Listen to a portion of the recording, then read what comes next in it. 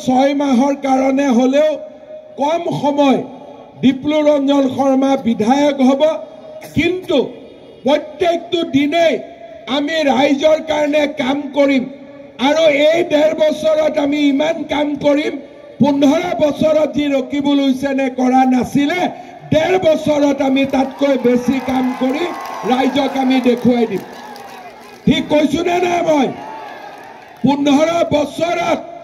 তেওঁ যিমান কাম কৰিব পৰা নাই ডিপ্লু ৰঞ্জন শৰ্মা কেশৱ মহন্ত জিতু গোস্বামীয়ে লগ লাগি তাতকৈ বেছি কাম কৰি ৰাইজক দেখুৱাই দিব সেই প্ৰতিশ্ৰুতি মই আজি আপোনালোকক আকৌ এবাৰ দিব খুজিছো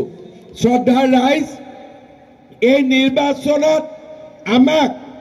নেতৃত্ব দিছিলে অসম মন্ত্ৰীসভাৰ মন্ত্ৰী বিমল বৰা ডাঙৰীয়াই তেখেতে সামুগুৰি সমষ্টিৰ দায়িত্ব লৈ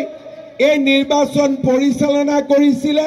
মই সামুগুৰি ৰাইজক এটা হাত চাপৰিৰে বিমল বৰা ডাঙৰীয়াক অভিনন্দন জনাবলৈ মই অনুৰোধ কৰিম শ্ৰদ্ধা ৰাইজ